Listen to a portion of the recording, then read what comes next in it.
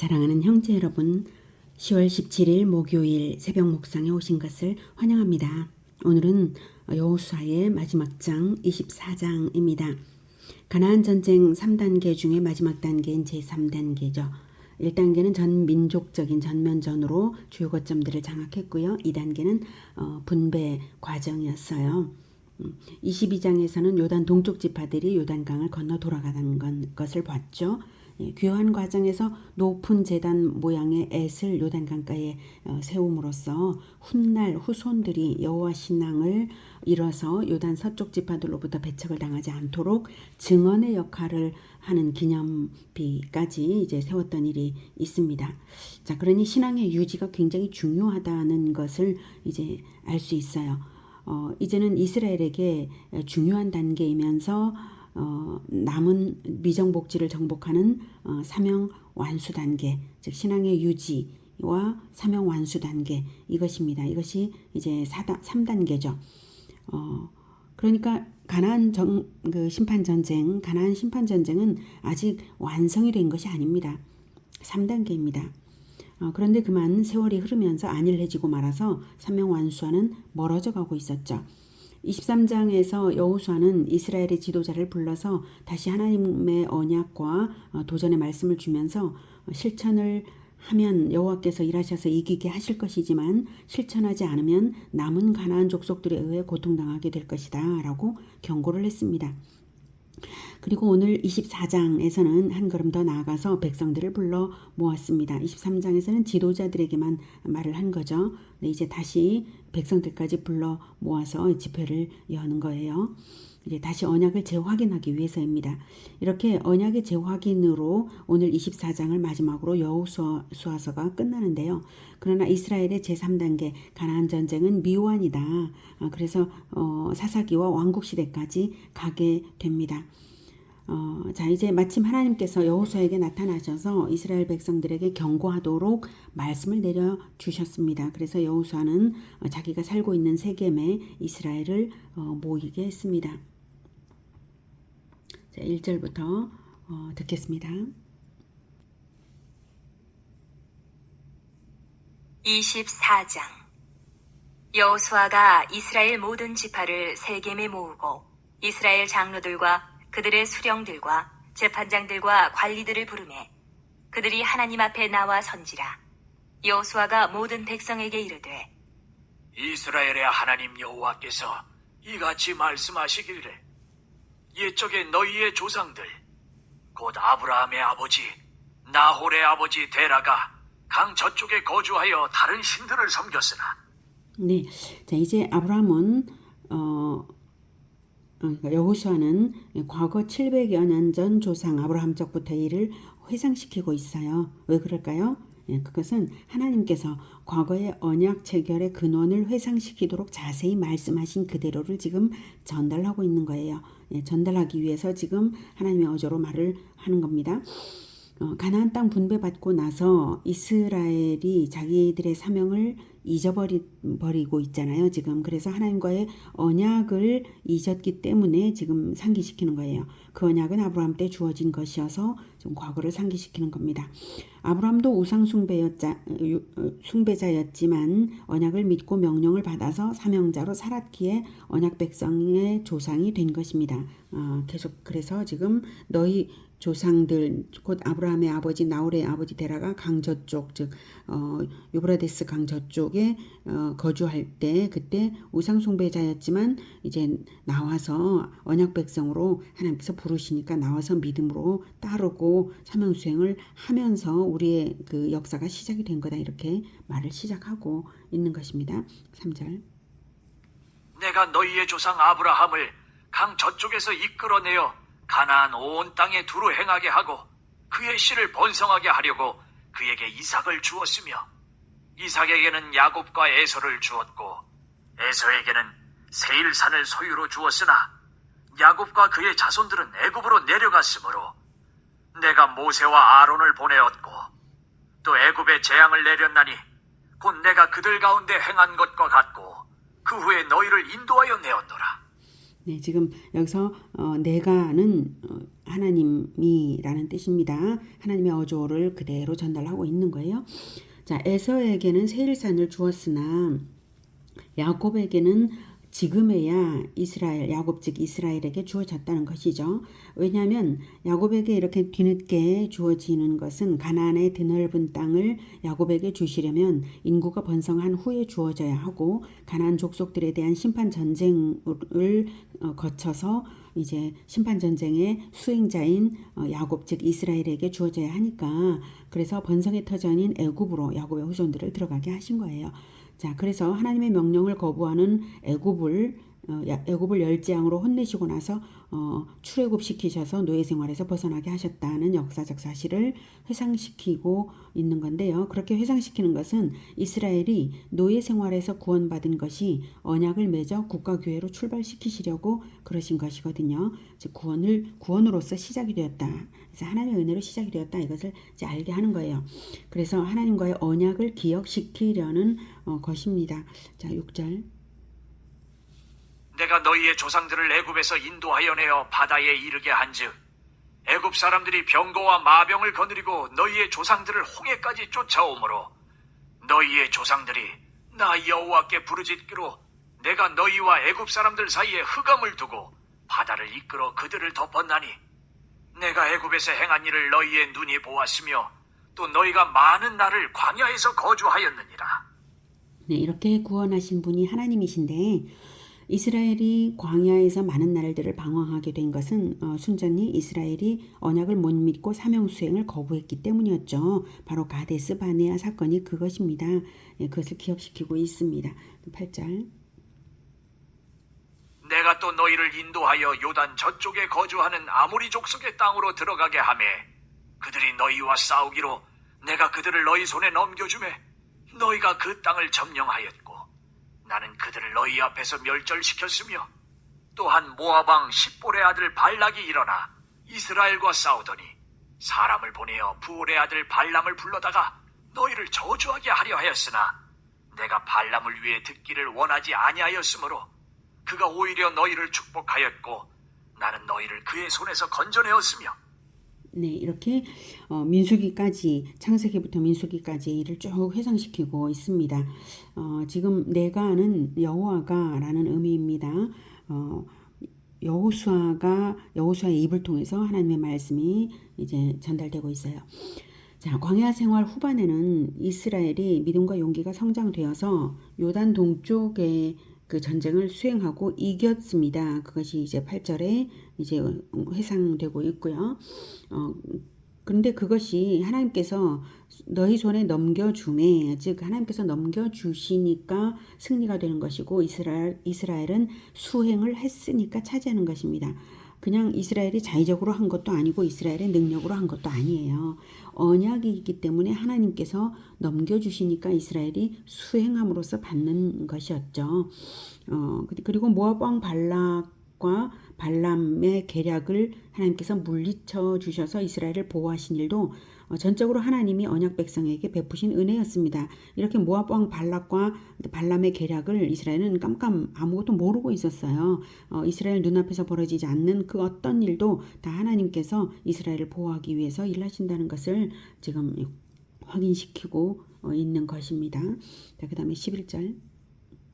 너희가 요단을 건너 여리고에 이른즉 여리고 주민들 곧 아모리 족속과 브리스 족속과 가나안 족속과 헷 족속과 기르가스 족속과 히위 족속과 여부스 족속이 너희와 싸우기로 내가 그들을 너희의 손에 넘겨주었으며 내가 왕벌을 너희 앞에 보내어 그 아모리 족속의 두 왕을 너희 앞에서 쫓아내게 하였나니 너희의 칼이나 너희의 활로서 이같이 한 것이 아니며 내가 또 너희가 수고하지 아니한 땅과 너희가 건설하지 아니한 성읍들을 너희에게 주었더니 너희가 그 가운데에 거주하며 너희는 또 너희가 심지 아니한 포도원과 감람원의 열매를 먹는다 하셨느니라. 네, 이렇게 하나님의 말씀을 지금까지 이제 전달을 하고 있습니다. 자, 이렇게 요단 서쪽 가나안 전쟁도 여리고성의 기적부터 시작해서 하나님이 넘겨주시니까 승리한 것임을 기억시키고 있습니다. 이스라엘이 손대지 않은 일도 하나님이 자연에 섭리하셔서 이루기도 하셨어요. 왕벌을 사용하셨다는 것이 이제 그런 것이고요. 이스라엘은 자기 능력으로 된 것이 아니라 이스라엘이 다만 수행을 했다는 것뿐이고 능력은 하나님의 능력으로 된 것이죠. 자, 이렇게 해서 자, 여호와 하나님의 말씀이 이러하시니 여러분 어떻게 하겠습니까? 하는 것이죠. 자, 이제부터는 여호수아의 어조로 이제 말을 합니다. 14절. 그러므로 이제는 여호와를 경외하며 온전함과 진실함으로 그를 섬기라. 너희의 조상들이 강 저쪽과 애굽에서 섬기던 신들을 치워버리고 여호와만 섬기라.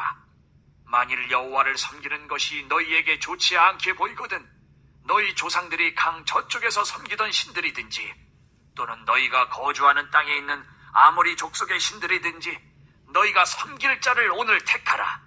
오직 나와 내 집은 여호와를 섬기겠노라. 하니 네, 자, 자유 선택을 하라는 것인가요? 여호와를 배신하지 말라는 것인가요? 어느 쪽이죠? 예, 여호와를 배신하지 말라는 것이죠. 자유 선택을 해도 좋다 이런 뜻이 아닙니다. 자유 선택을 해서 좋을 게 있습니까? 지금까지 이제 하나님께서는 능력으로 보호하시고 축복을 주신 하나님이신데 그런 여호와를 배신하면 강 저쪽 즉 유브라데스 강 건너의 우상들을 섬기면 그쪽 나라처럼 되고 애굽 신들을 섬기면 애굽처럼 재앙을 당할 것 아닙니까? 과거로 돌아가면 과거처럼 노예가 되고 마는 것이고 여호와의 심판을 당할 것은 뻔한 이치입니다. 그러니 어디 한번 선택해 봐라 라고 하는 그런 의미죠. 여호수아는 지금 이스라엘이 우상 숭배의 분위기가 충분히 있다는 것을 알기 때문에 자발적으로 우상들을 버리고 자발적으로 여호와만을 선택하여서 언약을 배반하지 않겠노라고 결단하도록 촉구를 하고 있는 것이에요. 자발적으로 되어야만 언약이니까요. 자, 그래서 오직 나와 내 집은 여호와를 섬기겠노라 라는 것에 강조점을 두어서 어디 선택해 봐라 라고 너희들이 여호와를 배신할 수가 있냐 뭐 이런 뜻이에요. 그래서 백성들이 대답을 합니다. 16절. 백성이 대답하여 이르되 우리가 결단코 여호와를 버리고 다른 신들을 섬기기를 하지 아니하오리니 이는 우리 하나님 여호와께서 친히 우리와 우리 조상들을 인도하여 애굽 땅 종되었던 집에서 올라오게 하시고 우리 목전에서 그 큰 이적들을 행하시고 우리가 행한 모든 길과 우리가 지나온 모든 백성들 중에서 우리를 보호하셨음이며 여호와께서 또 모든 백성들과 이 땅에 거주하던 아모리 족속을 우리 앞에서 쫓아내셨습니다. 그러므로 우리도 여호와를 섬기리니 그는 우리 하나님이심이니이다. 하니라. 네, 이렇게 백성들이 잘 대답했습니다. 그래서 언약 갱신이 되게 되는 것입니다. 언약이 갱신되면 무엇을 해야 하죠? 예, 사명 수행을 해야 하죠. 언약은 사명 수행으로서 언약의 혜택을 누리는 것이고 사명 수행을 하지 않으면 언약을 배반하는 것입니다. 그리고 그 언약을 자손 대대로 잘 지켜지도록 계속 가르쳐야 하는 것입니다. 사명 수행과 언약의 계승, 예, 말씀의 가르침 이것은 결코 잊어서는 안 되고 포기해서 안 되는 일입니다. 계속 갑니다. 19절. 여호수아가 백성에게 이르되 너희가 여호와를 능히 섬기지 못할 것은 그는 거룩하신 하나님이시요 질투하시는 하나님이시니 너희의 잘못과 죄들을 사하지 아니하실 것임이라. 만일 너희가 여호와를 버리고 이방 신들을 섬기면 너희에게 복을 내리신 후에라도 돌이켜 너희에게 재앙을 내리시고 너희를 멸하시리라. 하니 백성이 네, 이렇게 여호수아가 하나님의 언약이 얼마나 엄중한 것인지 너희들이 만약 배반하면 저주를 받는 것이다. 이렇게 분명하게 질투하시는 하나님이라는 표현으로 너희들이 배반하면 죄를 사하지 아니하실 것이다. 이렇게 말을 하고 있습니다. 그래서 이제 대답을 확실하게 다짐을 받기 위한 것이죠. 자, 21절. 여호수아에게 말하되 아니니이다. 우리가 여호와를 섬기겠나이다. 하는지라. 여호수아가 백성에게 이르되 너희가 여호와를 택하고 그를 섬기리라 하였으니 스스로 증인이 되었느니라. 하니 그들이 이르되 우리가 증인이 되었나이다. 하더라.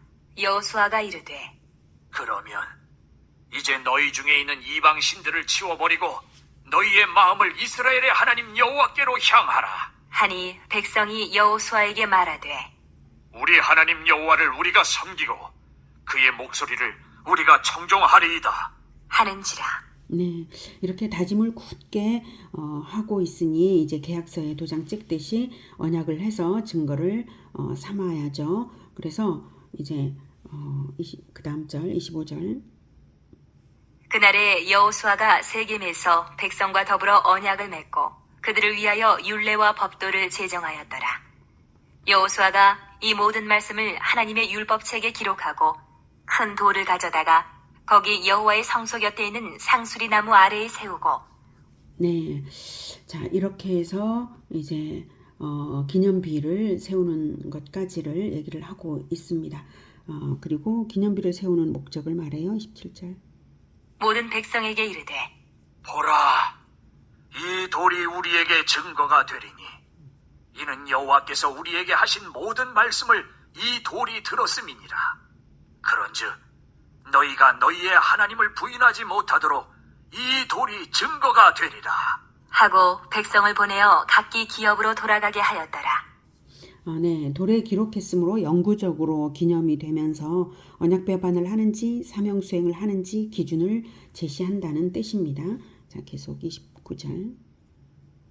이 일 후에 여호와의 종 눈의 아들 여호수아가 110세에 죽음에 그들이 그를 그의 기업의 경내 딥나세라에 장사하였으니 딥나세라는 에브라임 산지 가하스산 북쪽이었더라.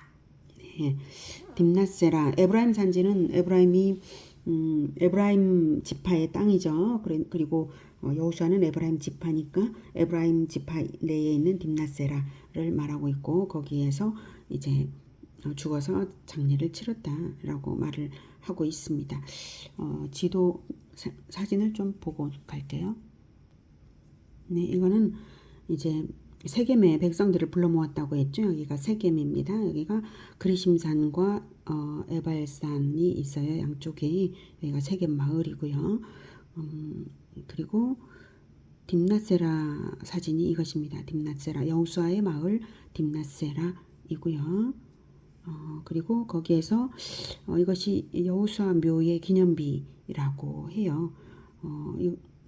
그 백성들 앞에서 세웠던 그 기념비는 아닌 것 같고요. 나중에 세워진 여호수아의 기념비인 것 같습니다. 그리고 그 세겜에는 에브라임에는 이제 요셉의 무덤이 있어요. 그래서 이 요셉의 무덤이고요. 네, 이거 그리고 세겜이 어디인가면 여기인데요. 지금 요단강이죠. 요단강, 자 다시 요단강에서 여기가 길갈이고요. 길갈에서 실로로 옮겼었잖아요. 성막은 실로에 있는데 그리심산과 에발산이 있는 세겜, 여기가 세겜입니다. 세겜에서 백성들을 모았다라고 하는 것입니다. 네, 네.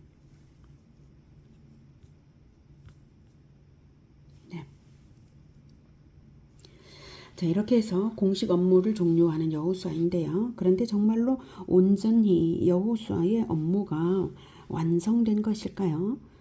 여러분, 여호수아는 후계자를 남기지 않았다는 사실입니다.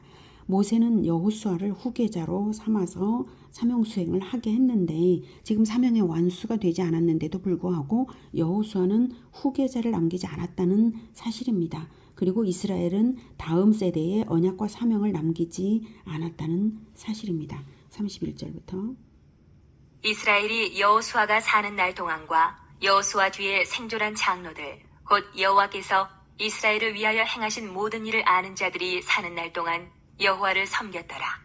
네, 그러니까 여호수아와 그리고 여호수아 당대의 장로들 그 싸움을 했던 사명 수행을 했던 장로들이 남아 있을 때까지만 여호와를 섬겼다는 뜻이에요. 그러니까 결국 사명을 계승하지 못했고 또 후계자를 계승하지 못했고 신앙의 계승에 실패했기 때문에 그 다음은 실패했다 이런 뜻이 여기에는 들어있는 것입니다. 32절 이스라엘 자손이 애굽에서 가져온 요셉의 뼈를 세겜에 장사하였으니 이곳은 야곱이 베크시다를 주고 세겜의 아버지 하몰의 자손들에게서 산 밭이라.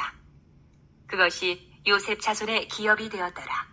네, 아까 사진으로 제가 보여드렸죠. 요셉의 뼈를 세겜에 장사했다. 요셉의 무덤이 지금도 남아 있습니다. 잠깐. 아론의 아들 엘르아살도 죽음에 그들이 그를 그의 아들 비느하스가 에브라임 산지에서 받은 산에 장사하였더라. 네, 이렇게 해서 여호수아가 이제 마무리되었습니다. 자, 이렇게 세월이 지나면 사람들은 죽어서 떠납니다. 그런데 사람은 떠날지라도 하나님께서 주신 언약은 사람이 죽었다고 언약이 끝나버리면 어떻게 되죠? 그러면 후대 사람들은 이 세상 사람들과 똑같이 영원한 멸망으로 가는 것이지 않습니까? 하나님은 영원하시고 영원하신 하나님과의 언약이니까 언약도 영원해야 돼요. 그럼 당연히 언약이 계승되어야 되는 거고 사명도 계승되어야 하는 것입니다. 예, 영원하신 하나님과의 언약을 지키는 것은 계승이 없어서는 안 되는 것입니다. 그래서 저렇게 맹세가 돌에는 새겨져 있지만 마음에는 새겨지지 않는다면, 가정교육도 이어지지 않는다면 하나님의 가르침을 누가 따르고 누가 하나님의 영광을 위해서 살 수가 있을까요? 하나님의 언약이 어떻게 성취가 되겠습니까? 그래서 하나님께서는 반드시 그 언약을 성취하시기 위해서 언약의 대상자를 달리해서라도 성취하시는 거예요. 이스라엘이 하나님의 언약을 거부하고 하나님께서 보내신 그리스도를 십자가에 못 박아 죽여버리니까 하나님은 이스라엘 혈통을 버리시고 온 백성, 온 세계 모든 백성에게로 하나님의 복음을 이제 퍼져나가게 하시지 않습니까? 새로운 대상을 물색하시는 것이죠. 하나님은 대상자가 바뀌어서 하나님의 언약이 성취되는 것입니다. 하나님의 언약은 반드시 성취됩니다. 그런데 대상자가 바뀝니다. 언약의 사명자로서 언약 계승을 받고 사명의 수행자로서 그 사명을 계승받는 자가 하나님과의 관계성도 계승받는 것이에요. 가정 신앙교육을 하지 않으면, 셀 신앙교육을 하지 않으면, 가정에서 성경 말씀 교육을 하지 않으면 나라가 무너지는 것이고요. 하나님의 심판을 결국 받게 되는 것입니다. 이스라엘은 그래서 여호수아가 죽고 난 후 결국 어떻게 되냐면 수십 년이 지나니까 가나안 족속처럼 되어버리고 말았습니다. 사사기에 나옵니다. 그래서 하나님께서 남겨둔 가나안 족속들의 공격을 당하도록 하나님은 내버려 두십니다. 그래서 이스라엘이 타락하자 이제 여호수아 이후에 400년 사사기 동안에 전쟁을 많이 당하게 됩니다. 10년이 지나면 전쟁이 나고 또 20년이 후에 전쟁이 나고 또 30년 만에 전쟁이 나기를 아주 여러 번 하면서 이스라엘은 괴로웠어요. 그것이 하나님의 매를 맞는 거죠. 진작에 하나님의 말씀 교육을 했다면, 말씀을 진작에 받아들이고 사명 수행을 했다면 이스라엘은 그렇게 어리석은 400년의 고통을 당하지 않아도 되었을 것을, 길고 긴 고통의 세월을 겪게 되고 만 겁니다. 계승하지 않았기 때문입니다. 사사기의 기록을 보면 자기들끼리 전쟁을 해서 한 지파가 사라질 뻔하기까지 합니다. 하나님의 백성들이라는데 하나님을 몰라도 너무 모르니까 영혼들이 아주 깜깜해서 올바른 길을 못 가고 엉뚱한 대로 벼랑 끝까지 치달리는 꼴이었죠. 아주 갈 때까지 갔던 것이 사사기입니다. 성경을 모르면 이렇게 어둡고 고통스럽게 됩니다. 나라가 온통 그렇게 말입니다. 신앙 계승은 사명의 계승이고 말씀을 가르치는 일을 계속하는 것입니다. 이것을 잊어서는 안 됩니다. 우리에게는 어떤 사명이 있고 어떤 것이 계속되어야 합니까? 제주와 동아시아의 미전도 영역에 대한 우리의 사명 수행, 그리고 성경 말씀을 계속 배우고 가르치는 이것을 우리가 결코 잊어서도 안 되고 모른 척해서도 안 됩니다. 생명이 달려있는 일입니다. 그저 당장의 축복만을 만족받으려고 사는 것이 아니라 참된 언약 백성으로 끝까지 후손 대대로 승리하는 우리 모두가 되기를 기원합니다. 기도하겠습니다. 하나님 아버지, 사명의 완수로서 언약 백성으로서 대대로 승리하게 되는 것임을 다시 한번 깨닫습니다. 우리에게 보여주신 제주의 미전도 영역과 동아시아, 이것은 우리 당대에 완성되지 않을지라도 후대에까지도 계속되는 사명으로서 끝까지 완수할 수 있도록 주님 도와주시옵소서. 그 후대의 완수까지를 바라보고 우리가 계속해서 사명을 계승시키면서 나아가겠습니다. 지금 도전을 멈추지 않고 지금 하나님의 말씀을 배우는 것을 가르치는 것을 멈추지 않고 계속하겠습니다. 우리가 계속해서 믿음과 용기로 나아갈 수 있도록 도와주시옵소서. 오늘 하루도 하나님의 말씀을 기억하면서 살아가는 발걸음에 하나님 보호와 축복을 허락하여 주시기를 간절히 원하며 예수 그리스도 이름으로 기도드립니다. 아멘. 이어서 개인 기도하시겠습니다.